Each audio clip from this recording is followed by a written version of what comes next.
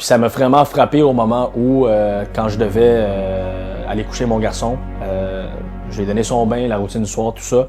Puis le soir, j'étais vraiment pas capable de lui lire une histoire. Ça tournait, j'avais mal au cœur. Donc, tu sais, je lui ai dit, désolé, Romy, je vais te coucher, l'histoire, ça va être demain, je vais t'en lire 10 si tu veux demain, mais ce soir, ça sera pas possible. Puis, il comprenait pas, il était déçu. Puis moi, je me dépêchais simplement à revenir me coucher parce que j'étais vraiment sur le bord de vomir. Puis là, je me suis dit, je peux pas continuer ça, là, ça marche pas, là.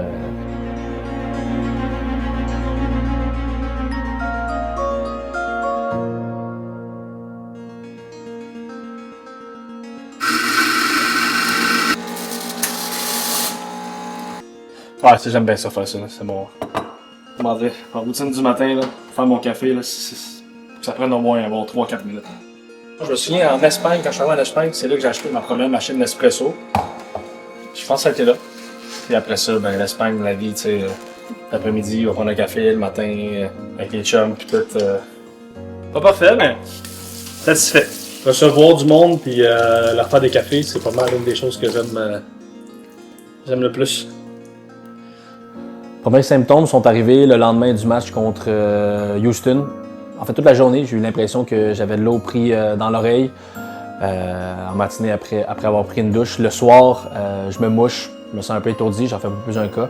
Puis le surlendemain, à ce moment-là, je me suis réveillé, puis je me sentais pas trop bien, des nausées, étourdissement. Je pensais simplement que c'était un rhume qui avait mal viré.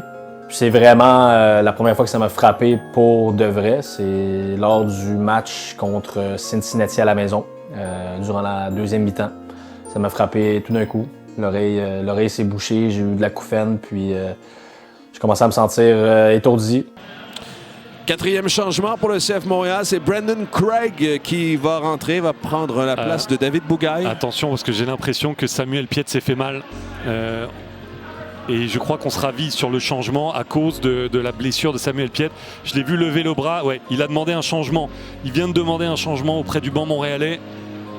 On va se raviser. Peut-être que Craig pourra rentrer à la place de Piette plutôt que Bougaille. Ouais, c'est ce qui va arriver. Hein. J'ai demandé le changement, puis par la suite, quand tout est revenu un peu plus calme sur le banc, puis après mon retour ici à la maison, je me sentais quand même assez étourdi. Puis c'est le lendemain là, que j'ai commencé à poser des questions au staff médical, puis c'est là qu'on a demandé l'aide d'un ORL, l'avis d'un ORL. On pensait à la base que c'était potentiellement juste un vertige positionnel, chose qu'il y a peut-être eu aussi, labyrinthite. Je me suis perforé le tympan durant le match contre New York City à la maison. Donc il y avait plusieurs suppositions. On en a déduit par élimination, parce que c'est comme ça qu'on peut savoir exactement ce que j'ai quand c'est au niveau de l'oreille, surtout que c'est assez profond. Avec Dr Saliba qui me voit depuis presque le début. On a suggéré que j'avais potentiellement une fistule périlymphatique, qui est simplement une ou des ouvertures dans l'oreille. Donc on a traité ça en premier temps avec la médication puis du repos, chose qui a marché. Mais par la suite, on en a déduit, il y a peut-être environ 2-3 semaines, que cette ouverture-là s'est rouverte, en fait, puis qu'on avait recours à l'opération. Donc, puis lors de l'opération, on a vu les ouvertures, donc on est pas mal confiant que c'était ça.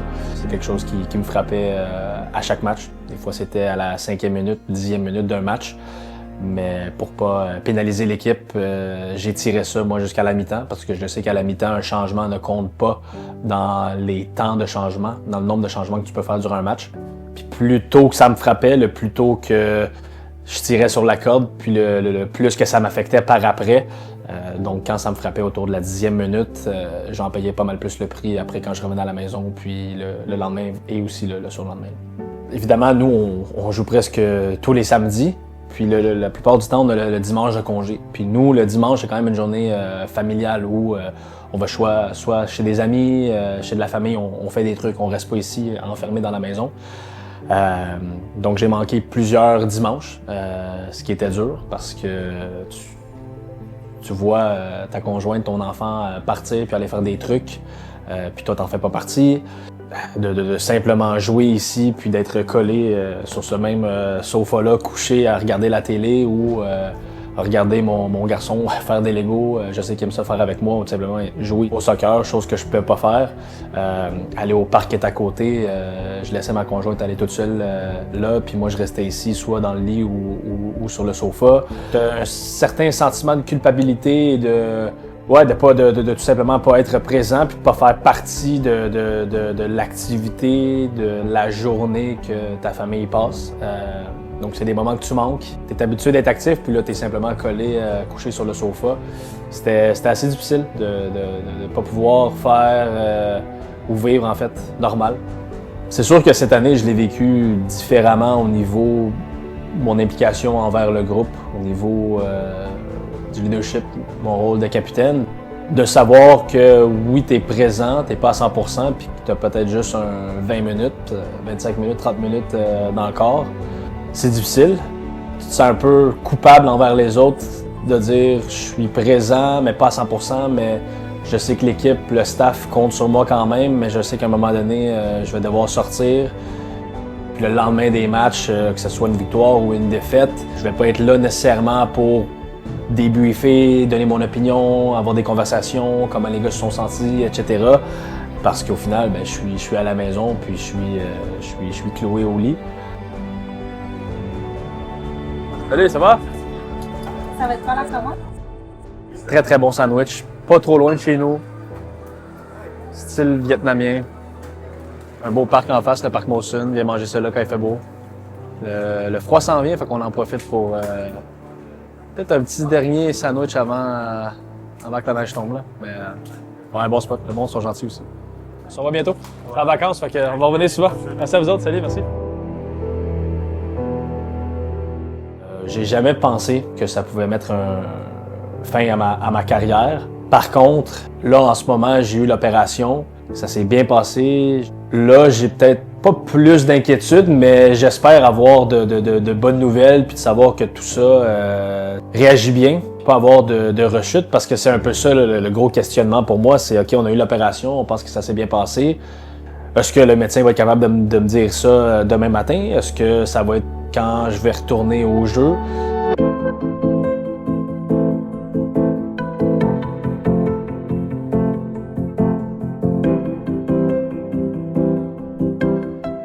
Suite à mon message que je vous ai envoyé, les autodissements, j'en ai pas eu. Parfait. Donc ça, c'est bien. C'est sûr, j'ai toujours l'impression comme que c'est bloqué, comme c'était du liquide quand je le bouge et tout, quand je mets les gouttes aussi. Oui, c'est normal. Alors, c'est difficile de savoir est-ce que c'est résolu ou pas, mais je suis assez confiant avec la chirurgie qu'on a eue, avec les trouvailles intraopératoires, le commatage qu'on a eu. Exact. Je suis très satisfait de la chirurgie. Non, super. On va y aller avec les tests d'audition, les symptômes, et c'est chaud dedans. Non, super. Ah oui. OK? On va aller jeter un coup, on va s'allonger. Oui, certainement. Je vais aller regarder ici. On va aller doucement. Super. Super. Très bien de l'extérieur. Ferme les yeux, s'il te plaît, je vais brasser comme ceci. Et je te laisse tomber sur le dos. Mais avec la manœuvre de genre de... Non, ça va. Il y a toujours les Oui, points de suture. Oui, hein. c'est ça, le point fondant, puis c'est super, ça guérit. Ça va partir aussi, ça. Oui, ça c'est des points fondants, puis si Parfait. peut-être 3-4 semaines, ça va juste Super. désagréger. Pour moi, là, tu coches toutes les cases. Là, Ouais. La guérison semble être favorable. Parfait, Pas de super. complications. Les plaies guérissent bien. Donc, je suis très satisfait à date. Super. OK. Merveilleux. Est-ce qu'il y a d'autres questions? Non, ça va. Ça va. Ok. Je sais pas. Ça dépend mais non. Tout est beau. Alright, terminé. Une petite visite chez le doc. En somme toute, super contente, bonne nouvelle. Ça se passe bien, donc positif pour ce qui s'en vient. On y va au jour le jour, mais ça regarde bien.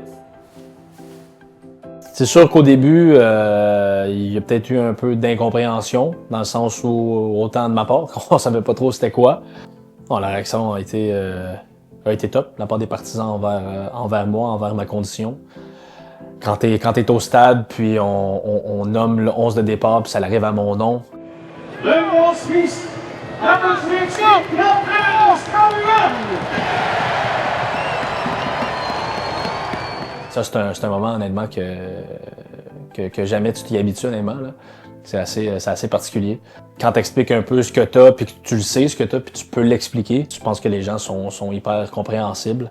Un gros merci pour ça, puis j'espère que c'est derrière moi parce que oui, ça a été une saison difficile, mais les bons moments Puis les moments passés où tu ressens cet amour-là, puis que tu connais du succès, ça vaut beaucoup plus que les moments difficiles. Là. Ouais.